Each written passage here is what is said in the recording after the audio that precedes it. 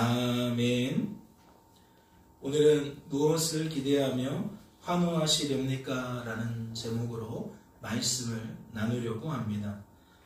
저는 지금 신명기 28장 15절부터 무려 68절까지의 말씀을 봉독해 드리려고 합니다. 말씀 한 구절 한 구절에서 어떤 내용들을 담고 있는지 그 내용들을 확인하며 여러분의 마음이 무엇으로 채워지는지 잘 확인하시면서 따라와 주시기를 바랍니다. 내가 만일 내 하나님 여호와의 말씀을 순종하지 아니하여 내가 오늘 내게 명령하는 그의 모든 명령과 규례를 지켜 행하지 아니하며 이 모든 저주가 내게 임하며 내게 이를 것이니 내가 성읍에서도 저주를 받으며 들에서도 저주를 받을 것이요 또 내 광주리와 떡반죽 그릇이 저주를 받을 것이요 내 몸의 소생과 내 토지의 소산과 내 소와 양의 새끼가 저주를 받을 것이며 내가 들어와도 저주를 받고 나가서 저주를 받으리라. 내가 악을 행하여 그를 잊음으로 내 손으로 하는 모든 일에 여호와께서 저주와 혼란과 책망을 내리사 망하며 속히 파멸하게 하실 것이며 여호와께서 내 몸에 염병이 들게 하사 내가 들어가 차지할 땅에서 마침내 너를 멸하실 것이며 여호와께서 폐병과 열병과 염증과 학질과 한재와 풍재와 썩는 재앙으로 너를 치시리니 이 재앙들이 너를 따라서 너를 진멸하게 할 것이라. 내 머리 위에 하늘은 놋이 되고 내 아래의 땅은 철이 될 것이며 여호와께서 비 대신에 티끌과 모래를 내 땅에 내리시리니 그것들이 하늘에서 내 위에 내려 마침내 너를 멸하리라. 여호와께서 내 적군 앞에서 너를 패하게 하시리니 내가 그들을 치러 한 길로 나가서 그들 앞에서 7길로 도망할 것이며 내가 또 땅의 모든 나라 중에 흩어지고 내 시체가 공중의 모든 새와 땅의 짐승들의 밥이 될 것이나 그것들을 쫓아줄 자가 없을 것이며 여호와께서 애굽의 종기와 체질과 계열병과 피부병으로 너를 치시리니 내가 치유받지 못할 것이며 여호와께서 또 너를 미치는 것과 눈머는 것과 정신병으로 치시리니 맹인이 어두운 데에서 더듬는 것과 같이 내가 백주에도 더듬고 내 길이 형통하지 못하여 항상 압제와 노력을 당할 뿐이리니 너를 구원할 자가 없을 것이며 내가 여자와 약혼하였으나 다른 사람이 그 여자와 같이 동침할 것이요 집을 건축하였으나 거기에 거주하지 못할 것이요 포도원을 심었으나 내가 그 열매를 따지 못할 것이며 내 소를 내 목전에 잡았으나 내가 먹지 못할 것이며 내 나귀를 내 목전에서 빼앗겨도 도로 찾지 못할 것이며 내 양을 원수에게 빼앗길 것이나 너를 도와줄 자가 없을 것이며 내 자녀를 다른 민족에게 빼앗기고 종일 생각하고 찾음으로 눈이 피곤하여지나 내 손에 힘이 없을 것이며 내 토지 소산과 내 수고로 얻은 것을 내가 알지 못하는 민족이 먹겠고 너는 항상 압제와 학대를 받을 뿐이리니 이러므로 내 눈에 보이는 일로 말미암아 내가 미치리라. 여호와께서 내 무릎과 다리를 쳐서 고치지 못할 심한 종기를 생기게 하여 발바닥에서부터 정수리까지 이르게 하시리라. 여호와께서 너와 내가 세울 내 임금을 너와 내 조상들이 알지 못하던 나라로 끌어가시리니 내가 거기서 목석으로 만든 다른 신들을 섬길 것이며 여호와께서 너를 끌어가시는 모든 민족 중에서 내가 놀람과 속담과 비방거리가 될 것이라. 내가 많은 종자를 들에 뿌릴지라도 메뚜기가 먹음으로 거둘 것이 적을 것이며 내가 포도원을 심고 가꿀지라도 벌레가 먹음으로 포도를 따지 못하고 포도주를 마시지 못할 것이며 내 모든 경내에 감람나무가 있을지라도 그 열매가 떨어짐으로 그 기름을 내 몸에 바르지 못할 것이며 내가 자녀를 낳을지라도 그들이 포로가 되므로 너와 함께 있지 못할 것이며 내 모든 나무와 토지 소산은 메뚜기가 먹을 것이며 너희 중에 우거하는 이방인은 점점 높아져서 내 위에 뛰어나고 너는 점점 낮아질 것이며 그는 내게 구워줄지라도 너는 그에게 구워주지 못하리니 그는 머리가 되고 너는 꼬리가 될 것이니라. 내가 내 하나님 여호와의 말씀을 청종하지 아니하고 내게 명령하신 그의 명령과 규례를 지키지 아니하므로 이 모든 저주가 내게 와서 너를 따르고 내게 이르러 마침내 너를 멸하리니 이 모든 저주가 너와 내 자손에게 영원히 있어서 표징과 훈계가 되리라. 내가 모든 것이 풍족하여도 기쁨과 즐거운 마음으로 내 하나님 여호와를 섬기지 아니함으로 말미암아 내가 줄이고 목마르고 헐벗고 모든 것이 부족한 중에서 여호와께서 보내사 너를 치게 하실 적군을 섬기게 될 것이니 그가 철 멍에를 내 목에 메워 마침내 너를 멸할 것이라. 곧 여호와께서 멀리 땅 끝에서 한 민족을 독수리가 날아오는 것 같이 너를 치러 오게 하시리니 이는 내가 그 언어를 알지 못하는 민족이요 그 용모가 흉악한 민족이라. 노인을 보살피지 아니하며 유아를 불쌍히 여기지 아니하며 내 가축의 새끼와 내 토지의 소산을 먹어 마침내 너를 멸망시키며 또 곡식이나 포도주나 기름이나 소의 새끼나 양의 새끼를 너를 위하여 남기지 아니하고 마침내 너를 멸절시키리라. 그들이 전국에서 내 모든 성읍을 에워싸고 내가 의뢰하는 높고 견고한 성벽을 다 헐며 내 하나님 여호와께서 내게 주시는 땅의 모든 성읍에서 너를 에워싸리니 내가 적군에게 에워싸이고 맹렬한 공격을 받아 곤란을 당함으로 내 하나님 여호와께서 내게 주신 자녀 곧 내 몸의 소생의 살을 먹을 것이라. 너희 중에 온유하고 연약한 남자까지도 그의 형제와 그의 품의 아내와 그의 남은 자녀를 이웃 눈으로 바라보며 자기가 먹는 그 자녀의 살을 그중 누구에게든지 주지 아니하리니 이는 내 적군이 내 모든 성읍을 에워싸고 맹렬히 너를 쳐서 곤란하게 하므로 아무것도 그에게 남음이 없는 까닭일 것이며 또 너희 중에 온유하고 연약한 부녀 곧 온유하고 연약하여 자기 발바닥으로 땅을 밟아보지도 아니하던 자라도 자기 품의 남편과 자기 자녀를 이웃 눈으로 바라보며 자기 다리 사이에서 나온 태와 자기가 낳은 어린 자식을 남몰래 먹으리니 이는 내 적군이 내 생명을 에워싸고 맹렬히 쳐서 곤란하게 하므로 내 아무것도 얻지 못함이니라. 내가 만일 이 책에 기록한 이 율법의 모든 말씀을 지켜 행하지 아니하고 내 하나님 여호와라 하는 영화롭고 두려운 이름을 경외하지 아니하면 여호와께서 내 재앙과 내 자손의 재앙을 극렬하게 하시리니 그 재앙이 크고 오래고 그 질병이 중하고 오래일 것이다. 여호와께서 내가 두려워하던 애굽의 모든 질병을 내게로 가져다가 내 몸에 들어붙게 하실 것이며 또 이 율법책에 기록하지 아니한 모든 질병과 모든 재앙을 내가 멸망하기까지 여호와께서 내게 내리실 것이니 너희가 하늘의 별같이 많을지라도 내 하나님 여호와의 말씀을 청종하지 아니하므로 남는 자가 얼마 되지 못할 것이라. 여호와께서 너희에게 선을 행하시고 너희를 번성하게 하시기를 기뻐하시던 것 같이 이제는 여호와께서 너희를 망하게 하시며 멸하시기를 기뻐하시리니 너희가 들어가 차지할 땅에서 뽑힐 것이요 여호와께서 너를 땅 이 끝에서 저 끝까지 만민 중에 흩으시리니 내가 그곳에서 너와 내 조상들이 알지 못하던 목석 우상을 섬길 것이라. 그 여러 민족 중에서 내가 평안함을 얻지 못하며 내 발바닥에 쉴 곳도 얻지 못하고 여호와께서 거기에서 내 마음을 떨게 하고 눈을 쇠하게 하고 정신을 산란하게 하시리니 내 생명이 위험에 처하고 주야로 두려워하며 내 생명을 확신할 수 없을 것이라. 내 마음의 두려움과 눈이 보는 것으로 말미암아 아침에는 이르기를 아하 저녁이 되었으면 좋겠다 할 것이요 저녁에는 이르기를 아하 아침이 되었으면 좋겠다 하리라.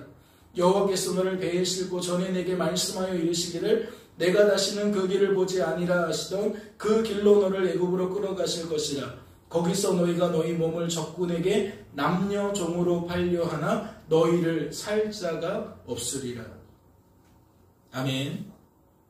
말씀을 통해 향기로 표현해 볼까요? 여러분은 한 구절 한 구절 읽어 내려가면서 어떠한 향기를 맡게 되십니까? 생명의 향기를 맡게 되십니까? 죽음의 향기를 맡게 되십니까? 부와 성공과 승리의 향기를 맡게 되십니까? 가난과 실패와 패배의 향기를 맡게 되십니까? 저는 말씀 한 구절 한 구절 속에서 가난과 실패와 패배의 향기를 맡게 됩니다. 너무나도 짙은 죽음의 향기를 맡게 된다는 거죠. 그렇다면 이것은 무엇과 대조적인 걸까요? 이는 말씀의 전반부라 할 수 있는 1절로 14절 말씀에 기록되어진 그 내용들과 너무나도 대조적인 겁니다. 말씀을 한 번 더 볼까요? 내가 내 하나님 여호와의 말씀을 삼가 듣고 내가 오늘 내게 명령하는 그의 모든 명령을 지켜 행하면 내 하나님 여호와께서 너를 세계 모든 민족 위에 뛰어나게 하실 것이다. 내가 내 하나님 여호와의 말씀을 청종하면 이 모든 복이 내게 임하며 내게 이르리니 성읍에서도 복을 받고 들에서도 복을 받을 것이며 내 몸의 자녀와 내 토지의 소산과 내 짐승의 새끼와 소와 양의 새끼가 복을 받을 것이며 내 강주리와 떡반죽 그릇이 복을 받을 것이며 내가 들어와도 복을 받고 나가도 복을 받을 것이니라. 여호와께서 너를 대적하기 위해 일어난 적군들을 내 앞에서 패하게 하시리라. 그들이 한 길로 너를 치러 들어왔으나 내 앞에서 7길로 도망하리라.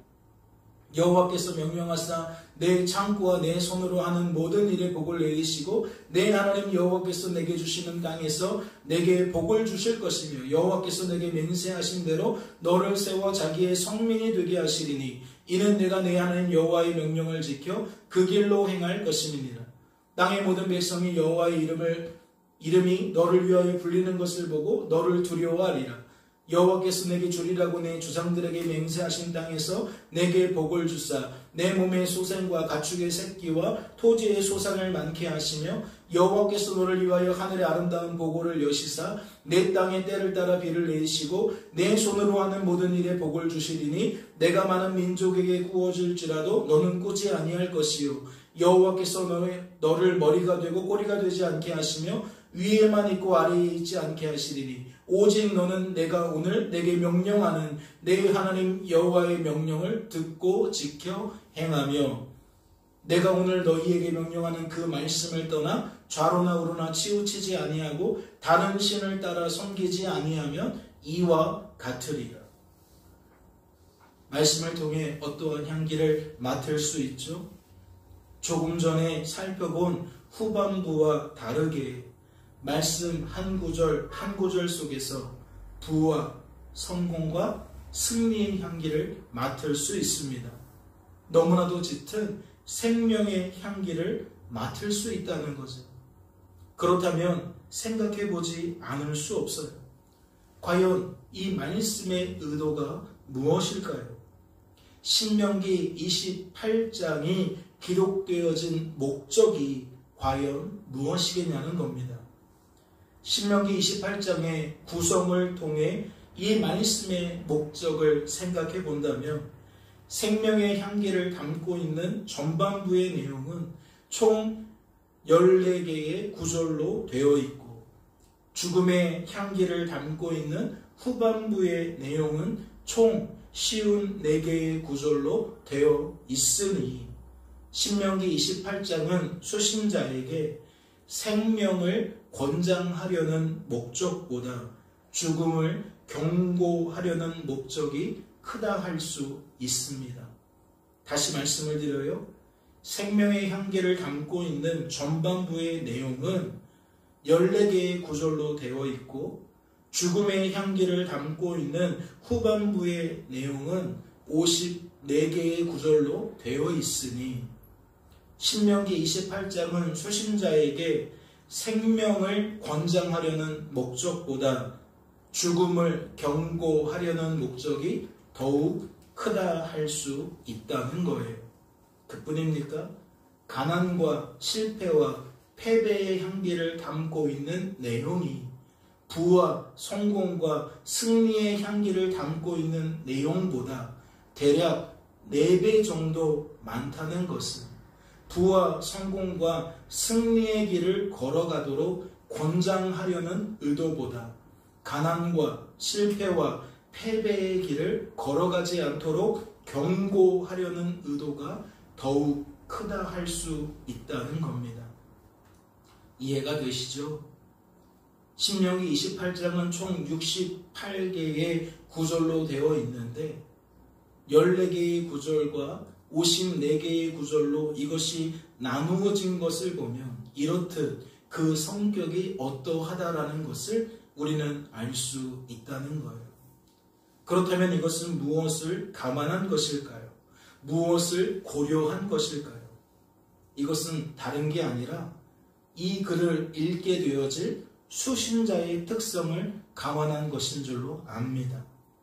즉 생명을 취하려는 욕망보다 죽음을 피하려는 욕망이 더욱 강한 것을 감안했다는 거죠. 부와 성공과 승리를 취하려는 욕망보다 가난과 실패와 패배를 피하려는 욕망이 더욱 강한 것을 감안했다는 거예요. 다시 말씀을 드려요. 신명기 28장이 이와 같은 구성을 갖게 되어진 이유가 무엇이라고요? 그것은 이 글의 대상자들의 특성을 감안한 것이라는 거예요. 그들에게는 어떠한 특징이 있다? 생명을 취하고 싶어하는 욕망과 죽음을 피하고 싶어하는 욕망이 있는데 무엇이 더 커요? 생명을 취하려는 욕망보다 죽음을 피하려는 욕망이 훨씬 더 크다는 거죠. 그래서 이러한 특성을 고려하여 말씀을 이와 같이 배치했다는 거예요. 부와 성공과 승리를 취하려는 욕망보다 가난과 실패와 패배를 피하려는 욕망이 더욱 큰 것을 감안하여 고려하여 이와 같이 1대4의 비율로 후반부의 내용이 더 많게 기록이 되었다는 것이지요. 그러한 구성을 따르게 되었다는 겁니다. 이것은 우리들이 지난주에 살펴본 출애굽의 스토리 속에서도 능히 발견할 수가 있습니다. 말씀을 같이 보실까요? 그가 그 백성에게 이르되 이 백성 이스라엘 자손이 우리보다 많고 강하도다. 자, 우리가 그들에게 대하여 지혜롭게 하자. 두렵건대 그들이 더 많게 되면 전쟁이 일어날 때에 우리 대적과 합하여 우리와 싸우고 이 땅에서 나갈까 하노라 하고, 자기 자신을 인생의 주관자와 구원자로 여기던 애고방 바로가 무엇 때문에 문제의식을 갖게 된 거죠? 자신을 중시하고 자신의 풍요를 중시하던 애고방 바로가 무엇 때문에 위기의식을 갖게 되었냐는 겁니다. 이는 다른 게 아니죠. 이스라엘 자손이 많고 강하게 된 것 때문이었습니다. 즉 이스라엘 자손의 풍요가 자신과 또는 애굽에 가져다 줄 죽음의 향기가 났다는 거예요. 이스라엘의 풍요를 통해 애고방 바로는 죽음의 향기를 맡게 되었다는 거죠. 그래서 어떠한 의식을 가졌다? 문제의식을 가졌다. 그들의 풍요가 나에게 가져다 줄 가난과 실패와 패배의 향기를 맡게 되니까 위기의식을 갖게 되었다. 지금 그런 이야기를 드리는 거예요. 그래서 애고방 바로가 어떠한 조치를 취합니까? 감독들을 그들 위에 세우고 그들에게 무거운 짐을 지워 괴롭게 하여 그들에게 바로를 위하여 국고성 비동과 라암셋을 건축하게 하니라. 그는 어떠한 조치를 취한 거죠? 이스라엘 자손이 죽음의 향기를 맡게 하는 겁니다. 이스라엘의 풍요를 통해 자신이 죽음의 향기를 맡게 되어진 것처럼 그는 어떠한 방식으로 조치를 취하느냐? 이스라엘 자손이 자신처럼 죽음의 향기를 맡도록 만드는 것으로 조치를 취한다는 거예요. 다시 말해 고된 노동을 통해 몸과 마음이 괴롭게 만들어서 이스라엘 자손이 가난과 실패와 패배의 향기를 맡게 한다는 거죠. 그렇다면 이것은 무엇을 방증하는 겁니까? 애고방 바로는 모든 인생이 생명을 취하려는 욕망보다 죽음을 피하려는 욕망이 더욱 강한 것을 알고 있었다는 거예요. 적어도 그는 이스라엘 자손이 자신과 조금도 다르지 않다는 것을 알고 있다는 거죠. 그래서 그는 이스라엘 자손을 향해 유언책을 쓰는 대신, 즉 생명의 향기를 맡게 하는 대신 강경책을 쓴 겁니다. 죽음의 향기를 맡게 하였다는 거죠. 이어지는 말씀도 보세요. 이스라엘 자손에게 일을 엄하게 시켜 어려운 노동으로 그들의 생활을 괴롭게 하니 곧 흙 이기기와 벽돌 굽기와 농사의 여러 가지 일이라. 그 시키는 일이 모두 엄하였더라. 말씀에 소개된 엄하다라는 의미가 무엇일까요?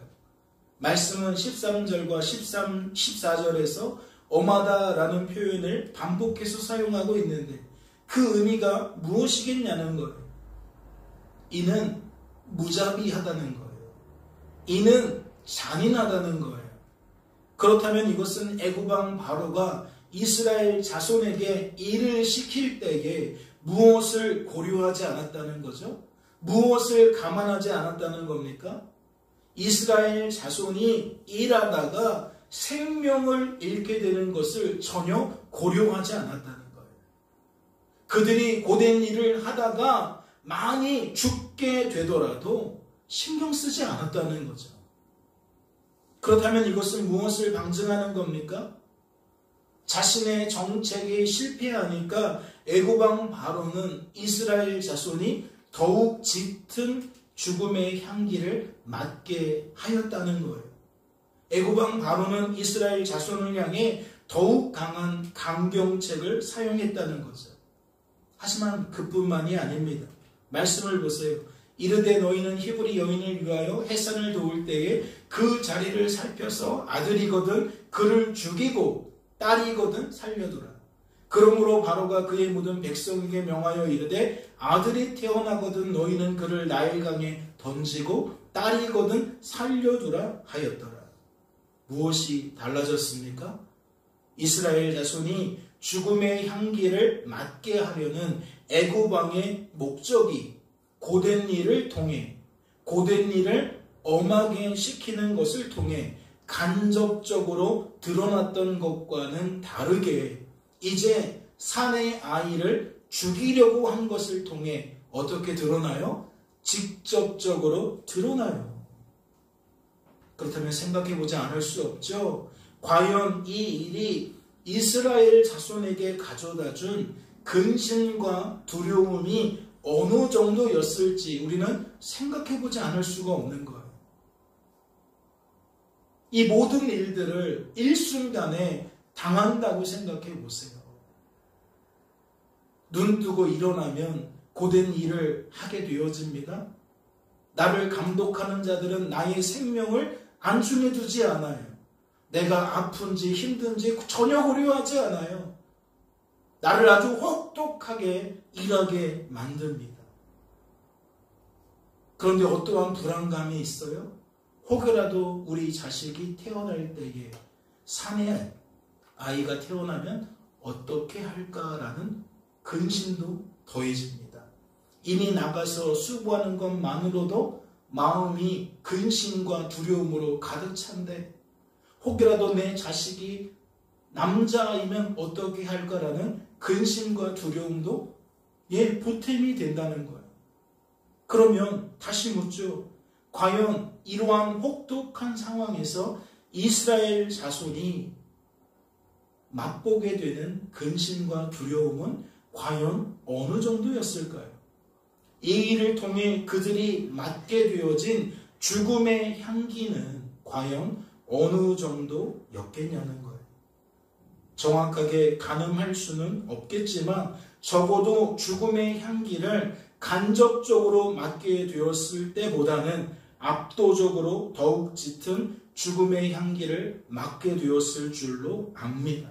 즉 우리 옆집에 사내 아이가 태어났을 때 그 아이가 나일강에 던져지는 것을 보면서 죽음의 향기가 더욱 짙게 맡을 수 있게 되었을 거라는 거죠.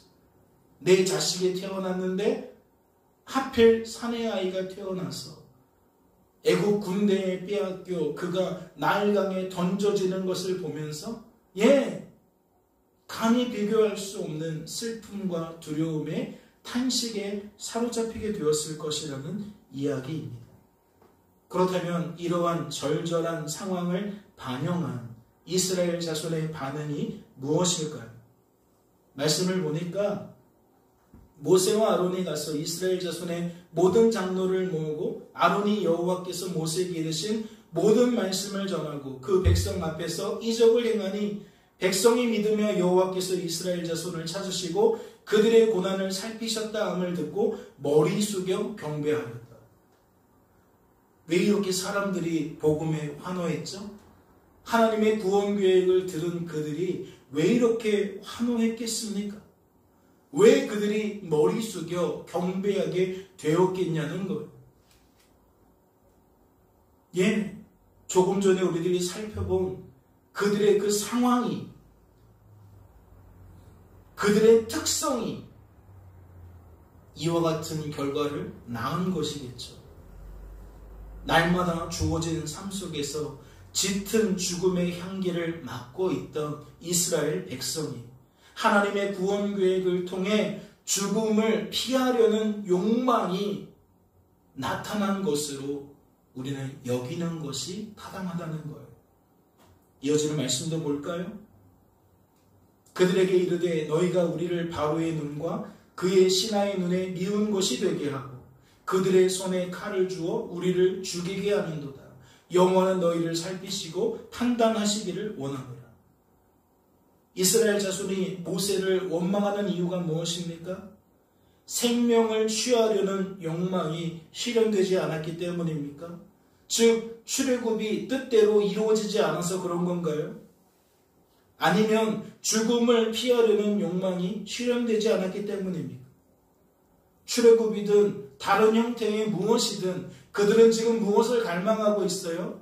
날마다 주어진 삶 속에서 짙게 묻어나는 죽음의 향기가 사라져가기를 바라고 있었어요. 죽음을 피하려는 욕망이 절정에 다다르고 있었다는 거예요. 그런데 말씀을 보면 무엇을 알 수 있습니까? 생명의 향기를 맡을 수 없어서가 아니라 더욱 짙은 죽음의 향기를 맡게 되었기 때문임을 알 수가 있습니다. 이어지는 말씀도 보세요. 바로가 이르되 너희가 게으르다 게으르다. 그러므로 너희가 이르기를 우리가 가서 여호와께서 제사를 드리자 하는도다. 이제 가서 일하라. 집은 너희에게 주지 않을지라도 벽돌은 너희가 수량대로 바칠지니라. 무엇을 할 수 있는 거예요? 출애굽을 시켜주지 않은 것은 문제가 맞아요. 그런데 그거보다 더 무엇이 와닿아요? 더 나쁜 조건 속에서 고된 일을 엄하게 하는 것이 더욱 큰 문제라는 것을 우리가 알 수가 있는 거잖아요. 그렇다면 이것은 무엇을 강조하는 거예요? 이스라엘 자손이 모세를 원망하게 된 것은 더욱 짙은 죽음의 향기를 맡게 되었기 때문이라는 것이 방증이 되는 거예요. 인생을 살아가면서 죽음을 피하려는 욕망이 너무나도 큰데 이렇게 맞닥뜨린 삶의 결과를 통해 그 욕망이 채워지지 않으니까, 실현되지 않으니까 이스라엘 자손은 더욱 절망에 빠지게 된다는 거죠. 죽음의 향기를 맡게 되어질수록 더욱 과하게 반응할 수밖에 없다는 겁니다. 생명을 취하려는 욕망보다 죽음을 피하려는 욕망이 훨씬 더 강하게 나타날 수밖에 없는 이스라엘 자손의 반응은 이것이 전부가 아니에요. 이는 출애굽한 이후에도 계속해서 꼬리표처럼 따라다닙니다. 말씀을 보실까요? 아직 출애굽한 것은 아니에요. 출애굽하기 전에 애굽에 내린 10가지 재앙 중에 4번째 재앙이 내린 상황입니다. 말씀이 어떻게 소개하고 있어요? 그날에 나는 내 백성이 거주하는 고센 땅을 구별하여 그곳에는 파리가 없게 하리니 이로 말미암아 이 땅에서 내가 여호와인 줄을 내가 알게 될 것이라. 내가 내 백성과 내 백성 사이를 구별하리니 내일 이 표징이 있으리라 하셨다라 하시고, 애굽왕 바로는 애굽 사람들은 똑똑하게 일을 시키지 않았어요. 오직 누구만? 이스라엘 자손만 혹독하게 일을 시켰어요. 즉 죽음의 향기를 누구만 맡게 했다는 거예요? 이스라엘 자손만 맡게 했다는 거예요. 그런데 이 상황을 누가 반전시키죠? 하나님께서 반전시켜 주셔요. 10가지 재앙 중 4번째 재앙부터는 누가 죽음의 향기를 맡고 누가 죽음의 향기를 맡지 않느냐?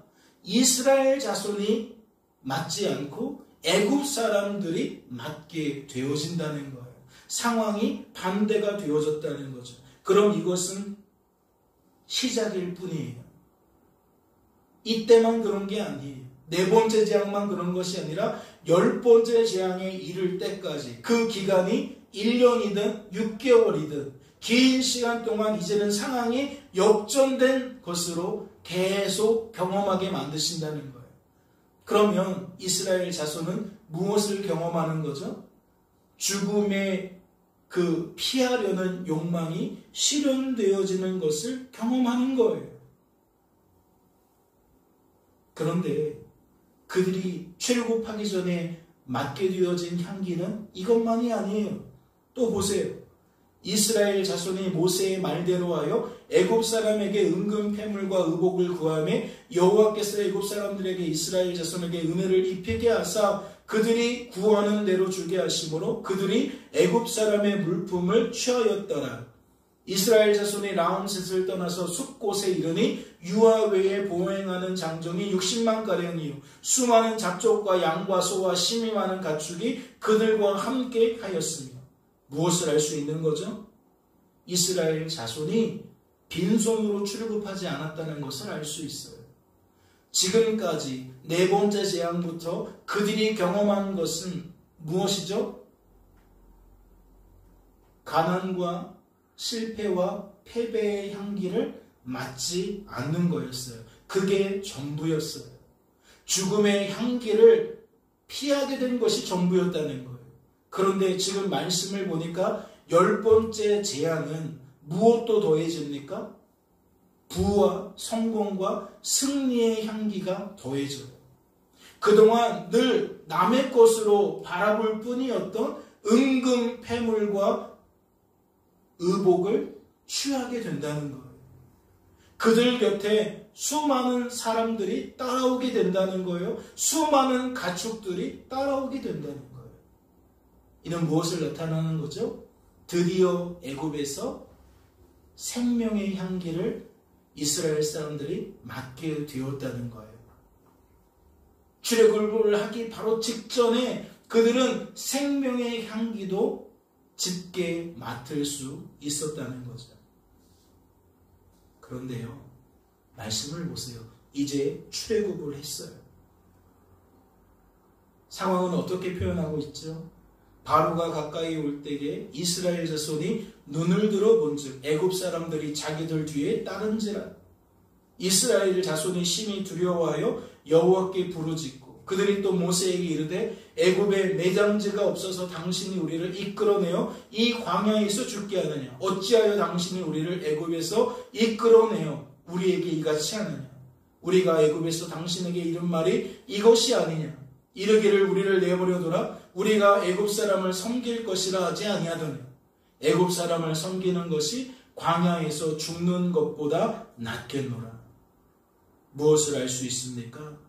주어진 삶 속에서 또다시 죽음의 향기를 맡게 되어지면 즉각 돌변한다는 것을 알 수 있어요.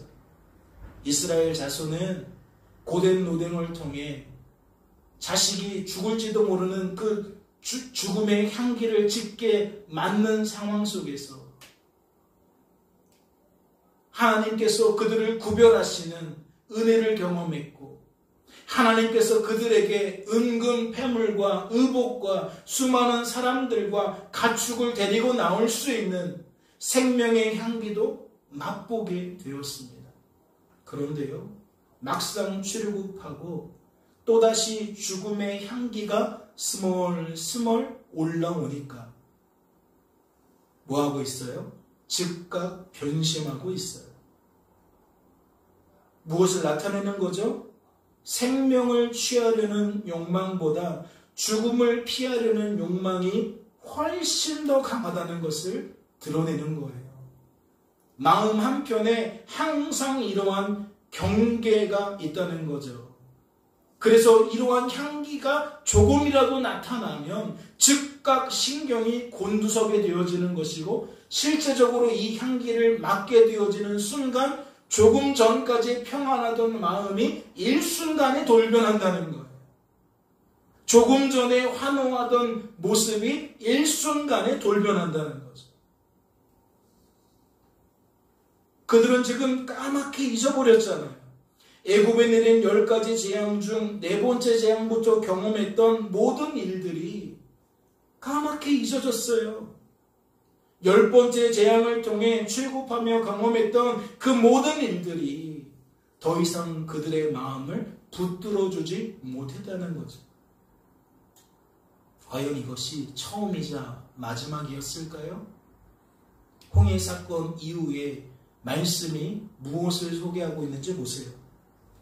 모세가 홍해에서 이스라엘을 인도하며 그들이 나와서 수려광야로 들어가서 거기서 사흘 길을 걸었으나 물을 얻지 못하고 마라 이를 얻더니 그곳 물이 있어서 마시지 못하겠으므로 그 이름을 마라라 하였더라. 백성이 모세에게 원망하여 이르되 우리가 무엇을 마실까 하며. 말씀을 통해 무엇을 알 수 있습니까? 홍해 사건을 통해 경험했던 모든 일들이 허사라는 것을 알 수 있습니다. 하나님께서 불기둥으로 애국 군대가 쫓아오지도 못하도록 막으신 것이 온데간데 없어졌어요. 하나님께서 바다를 가르시고 이스라엘이 건너가게 하신 것이 다 잊어졌어요. 그 바다가 덮여지면서 애국 군대가 모두 수장되어지는 일들이 모두 까맣게 잊혀졌다는 거죠. 무엇 때문에? 지금 내가 주어진 삶 속에서 맡게 되어지는 죽음의 향기 때문에. 상황이 똑같아요. 출애굽하기 전에 그들이 누린 것이 있는데 애국 군대가 쫓아오고 홍해가 가로막으니까 즉각 돌변했던 것처럼 그들은 홍해 사건을 경험하면서 하나님께 크게 찬양하며 크게 환호했는데 또 사흘길 지나서 마실 물이 없게 되어지나 또다시 돌변하였다는 거죠. 하나님께서 그런 그들을 위해 하신 일이 무엇입니까? 말씀은 하나님께서 하신 일을 이렇게 소개해요. 모세가 여호와께 부르짖었더니 여호와께서 그에게 한 나무를 가리키시니 그가 물에 던지니 물이 달게 되었더라. 쓴 물을 단물로 바꾸셔서 이스라엘 자손이 물을 마시게 만드십니다. 그렇다면 이 일은 어떠한 의미를 담고 있는 거죠? 이번에도 하나님께서 죽음을 피하려는 욕망을 실현시켜 주셨다는 거예요. 애굽에서도 그러셨던 것처럼 홍해 사건을 통해서도 그러셨던 것처럼 이번에도 보니까 누가 이 일을 행하신다? 하나님께서 친히 이 일을 행하신다. 하지만 그게 전부는 아니에요. 이 사건은 그렇게 끝나지 않아요. 말씀을 보세요. 거기서 여호와께서 그들을 위하여 법도와 율례를 정하시고 그들을 시험하실세. 이르시되 너희가 너희 하나님 나 여호와의 말을 들어 순종하고 내가 보기에 의를 행하며 내 계명에 귀를 기울이며 내 모든 규례를 지키면 내가 애굽 사람에게 내린 모든 질병 중 하나도 너희에게 내리지 아니하리니 나는 너희를 치료하는 여호와입니다. 죽음을 피하려는 욕망을 실현시켜 주신 하나님이 무엇을 제안하시죠? 이스라엘 사람들에게 무엇을 나타내십니까? 그 내용을 잘 살펴보면 무엇과 닮아 있어요? 조금 전에 우리들이 읽었던 신명기 28장 1절로 14절 말씀과 닮아 있어요. 즉 하나님 말씀에 순종하면 의를 행하면 무엇을 누릴 수 있다? 생명을 누릴 수 있다. 죽음을 피할 수 있다. 그럼 무엇을 나타낸 거죠? 죽음을 피하려는 욕망이 매우 강했던 이스라엘 자손에게 죽음을 피할 수 있는 길을 제시한 거예요. 주어진 삶 속에서 죽음의 향기를 조금이라도 맡게 되어지면 근심과 두려움 속에 사로잡혀 버릴 수밖에 없는 이스라엘 자손에게 하나님은 너희들이 죽음의 향기를 맡지 않을 수 있는 길이 있다라고 길을 제시했다라는 거죠. 그렇다면 이 일이 있은 다음은 어떠할까요? 마라 사건이 있은 다음에는 어떠했겠냐는 겁니다. 말씀은 그 결과를 이렇게 소개해요.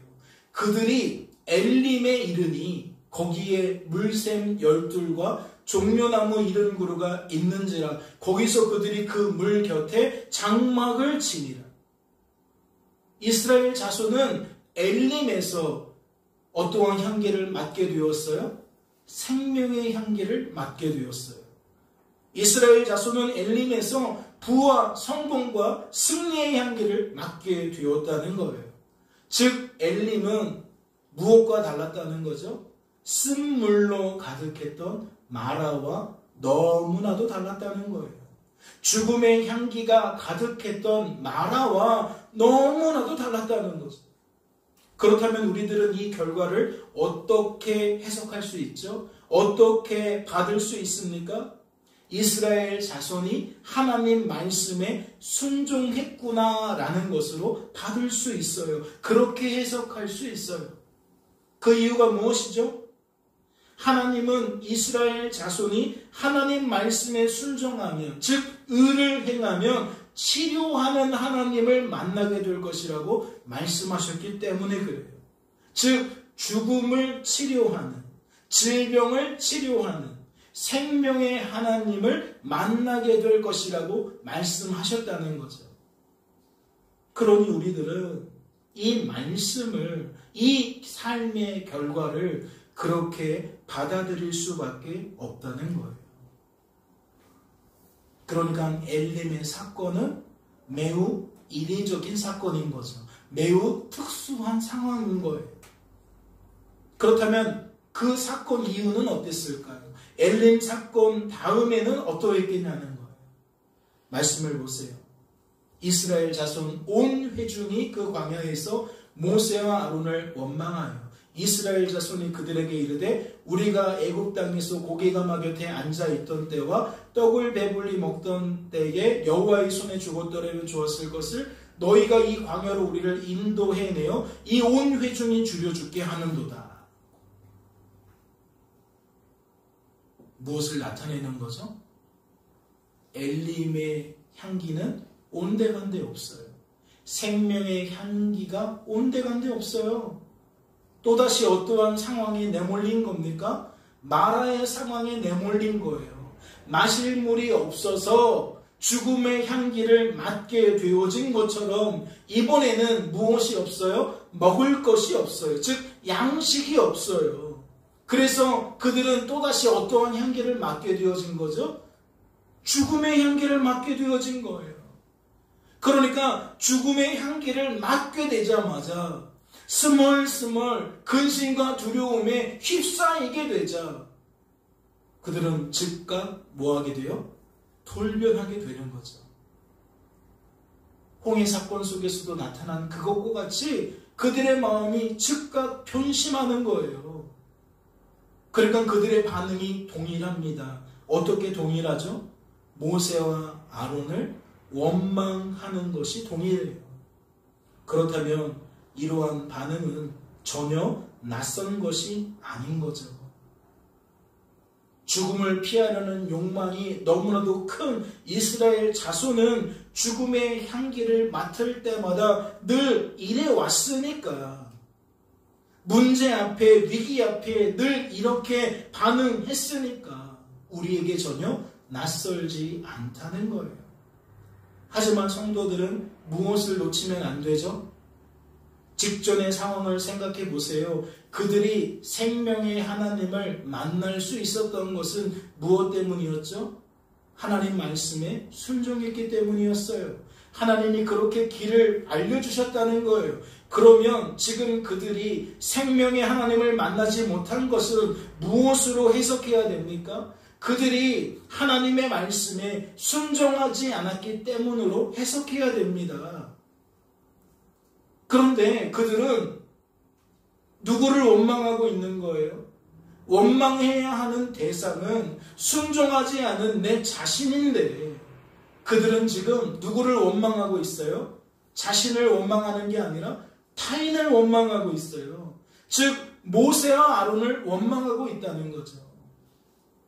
하나님이 생명의 길을 알려주셨는데 반응이 어처구니가 없어요.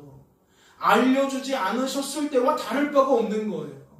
홍해 사건을 경험할 때에 즉각 모세에게 원망했던 것처럼 이제도 똑같이 신광야에서 먹을 것이 없게 되어지자 즉각 모세와 아론을 원망하더라는 것이죠. 이는 무엇을 나타내는 겁니까? 그들은 여전히 말씀에 순종하면 복을 받게 된다는, 생명의 은혜를 누리게 된다는 율법의 이치를 깨닫지 못했거나 이러한 이치를 깨달았다 할지라도 이러한 이치를 어떠한 부분에만 제한적으로 적용했다? 잘 되는 일에만 적용했다.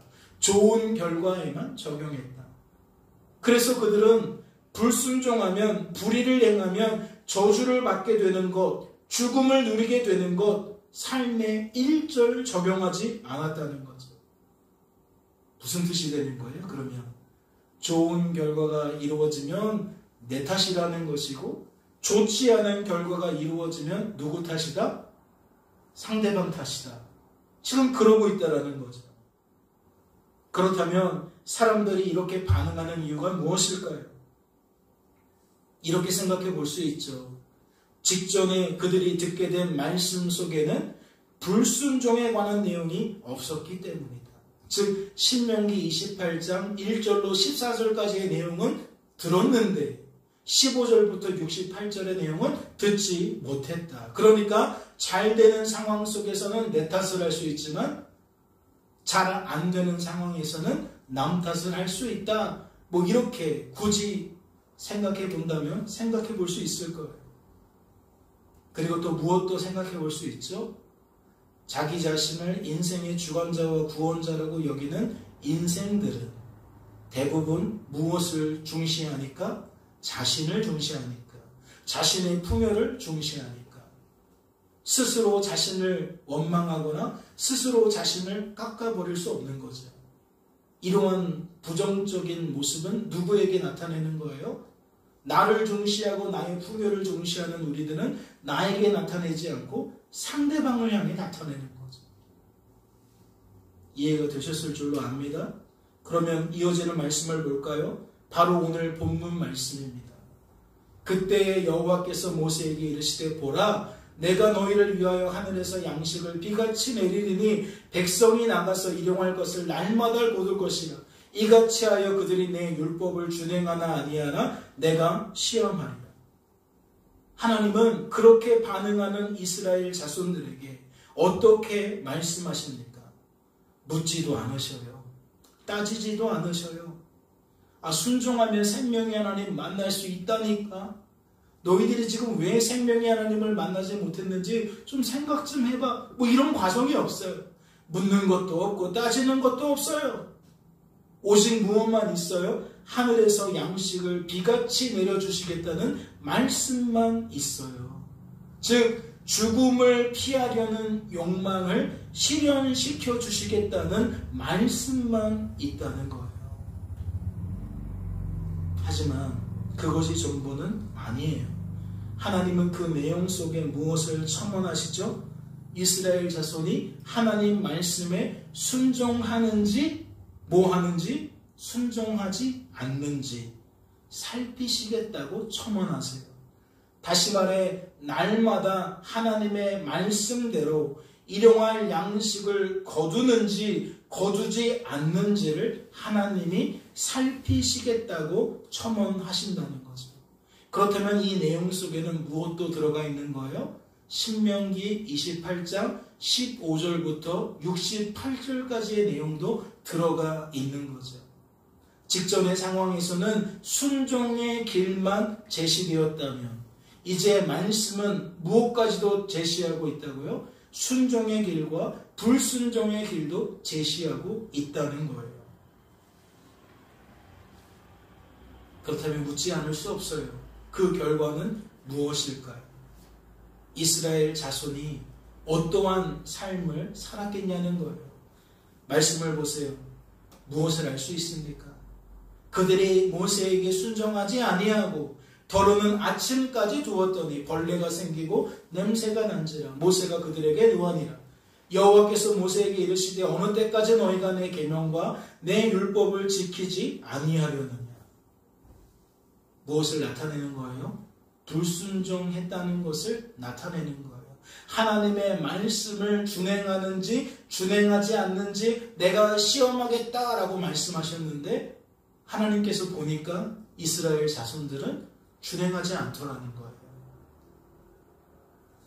그렇다면 이것은 무엇을 방증하는 거죠? 이스라엘 자손은 말씀에 순종해서 마실 물을 얻은 것이 아니라는 거예요. 이스라엘 자손은 말씀을 지켜서 먹을 양식을 얻을 수 있었던 것이 아니라는 거죠. 즉 스스로 생명을 취하려는 욕망을 실현시킨 것이 아니라는 거예요. 하나님은 생명의 길을 제시해 주셨어요. 죽음을 피할 수 있는 길을 제시해 주셨어요.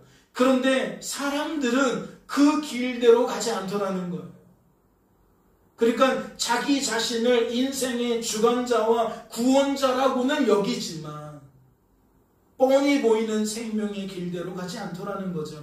뻔히 보이는 죽음을 피하는 길을 걷지 않더라는 거예요. 그런데도 불구하고 이스라엘 자손은 마실 물을 먹게 된 거고 먹을 양식을 먹게 된 거예요. 그러니까 말씀을 드리는 거죠. 이스라엘 자손은 순종해서 얻은 것이 아니구나. 순종해서 생명을 취하게 된 것이, 죽음을 피하게 된 것이 아니구나 라는 것을 우리는 알 수 있는 거죠. 그렇다면 우리들은 이 말씀을 어떻게 해석해야 됩니까? 조금 전에 우리들은 이 말씀을 이스라엘 자손이 말씀에 순종했구나. 그래서 그들은 생명의 하나님을 만난 것이구나. 마라와 전혀 다른 엘림을 경험할 수 있었던 것이구나 라고 해석했는데, 이제 보니 이 엘림은 그들이 순종해서 얻은 결과가 아니었다라고 우리는 생각할 수가 있다는 것. 어떠한 결과로 여길 수 있는 겁니까? 은혜의 결과라고 여길 수가 있는 거예요. 이스라엘 자손이 자격이 있어서 순종을 해서 엘림을 경험한 것이 아니라 하나님께서 그들에게 은혜를 베풀어 주신 거구나. 값없는 선물을 베풀어 주신 거구나 라고 생각해 볼 수 있다는 거죠. 이것을 뒷받침해 주는 사건이 바로 조금 전에 우리들이 살펴본 본문 말씀이겠죠. 먹을 양식이 없었어요. 이는 그들이 순종하지 않았음을 방증하는 것일 수도 있어요. 그런데 하나님은 어떻게 반응하셨다고요? 묻지도 따지도 않으시고 먹을 양식을, 일용할 양식을 하늘에서 비같이 내려주셨다는 거죠. 그러니 우리들은 확실히 깨달아야 되는 거예요. 인생은 이런 것이구나. 하나님은 이런 분이구나 라는 것을 깨달을 수 있어야 된다는 거죠. 그렇다면 우리들은 이 말씀도 어떻게 해석해야 합니까? 이 말씀도 하나님께서 은혜 베풀어 주신 결과로 해석해야 됩니다. 말씀은 마치 모세가 기도했기 때문에 하나님이 은혜를 베풀어 주신 것처럼 소개하고 있어요. 우리들이 그렇게 여기고 있어요. 그렇게 해석하려고 하고 있어요.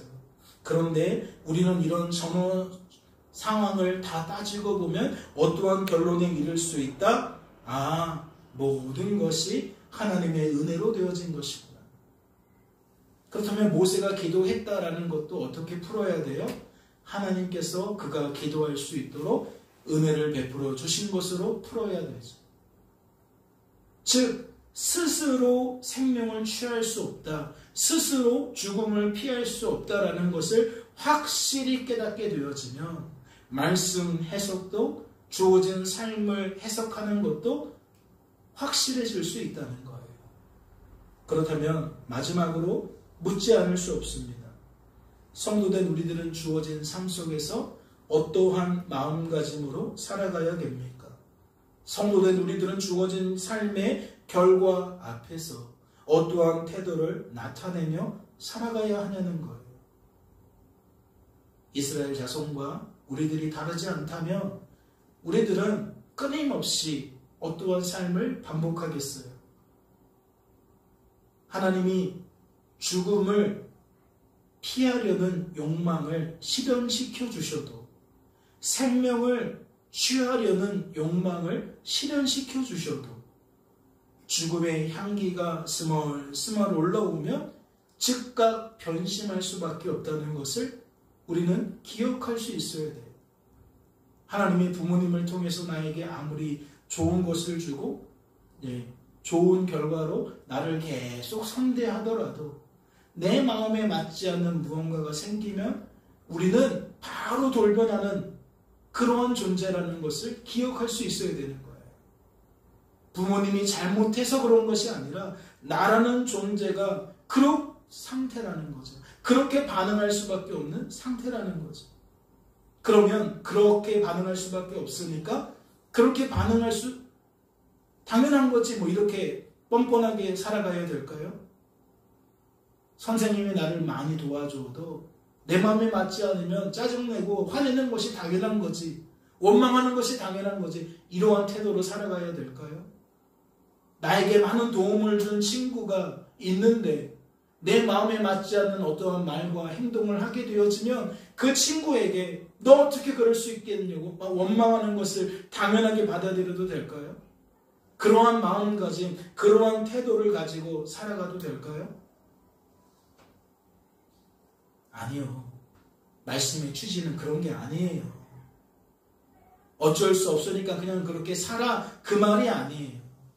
우리가 그러한 존재라는 것을 인식한다면 그러한 우리들을 붙들어 주실 수 있는 유일한 존재, 즉 하나님을 바라보고 의지하고 자랑하며 살라는 이야기를 하는 거예요. 아, 내가 이렇게 뻔뻔한 사람이구나. 내가 이렇게 나 중심이고 나밖에 모르는 사람이구나 라는 것을 어떠한 계기를 통해 알게 되어지면 하나님 도와주세요. 이렇게 하나님을 바라보고 의지하고 자랑하는 마음가짐이어야 한다는 거죠. 그러한 삶의 태도여야 한다는 거예요. 이것을 조금 고급지게 표현하자면 하나님만 하나님이심을, 인생의 주관자와 구원자는 오직 하나님이심을 깨닫고 인정하고 고백하는 그러한 마음가짐으로 살아가야 한다는 거예요. 그러한 삶의 태도를 가지고 살아가야 한다라는 거죠. 부활이 무엇입니까? 죽음을 이긴 생명의 사건입니다. 우리 안에 있는 죽음, 이것을 이긴 생명의 사건이라는 거죠. 그러면 부활 신앙이 우리 안에 있다는 것은 무엇을 나타내는 거예요? 바로 이와 같이 하나님만 하나님이심을, 인생의 주원자와 구원자는 오직 하나님이심을 범사에 깨닫고 인정하고 고백하는 마음가짐으로 그러한 태도로 살아간다라는 의미를 갖는 거예요. 깨닫는 은혜가 있으시기를 주님의 이름으로 소망합니다. 잠시 기도합니다. 하나님 아버지 감사합니다. 오늘 우리들에게 부활의 아침을 맞게 하시고 예배를 통하여 복음의 말씀을 듣게 하시니 감사합니다. 죽음을 피할 수 없는 우리의 한계를, 생명을 결코 취할 수 없는 우리의 민낯을 밝히 드러내 주시고 그 대안으로 우리가 붙들어야 할 것은 오직 우리 구주 예수 그리스도임을 알게 하시니 감사합니다. 하나님만 하나님이신 것을, 인생의 주관자와 구원자는 오직 하나님이신 것을 다시금 기억할 수 있게 하시니 우리 마음에 채워지게 하시니 너무나도 감사합니다. 새롭게 주어진 한 주간의 삶 속에서 이 부활 신앙을 가지고 힘있게 살아갈 수 있도록 도와주시옵소서. 주께서 우리를 붙들어 주실 줄로 믿고 감사드리며 이 모든 말씀 우리를 죄에서 구원하신 예수님의 이름으로 기도하옵나이다. 아멘.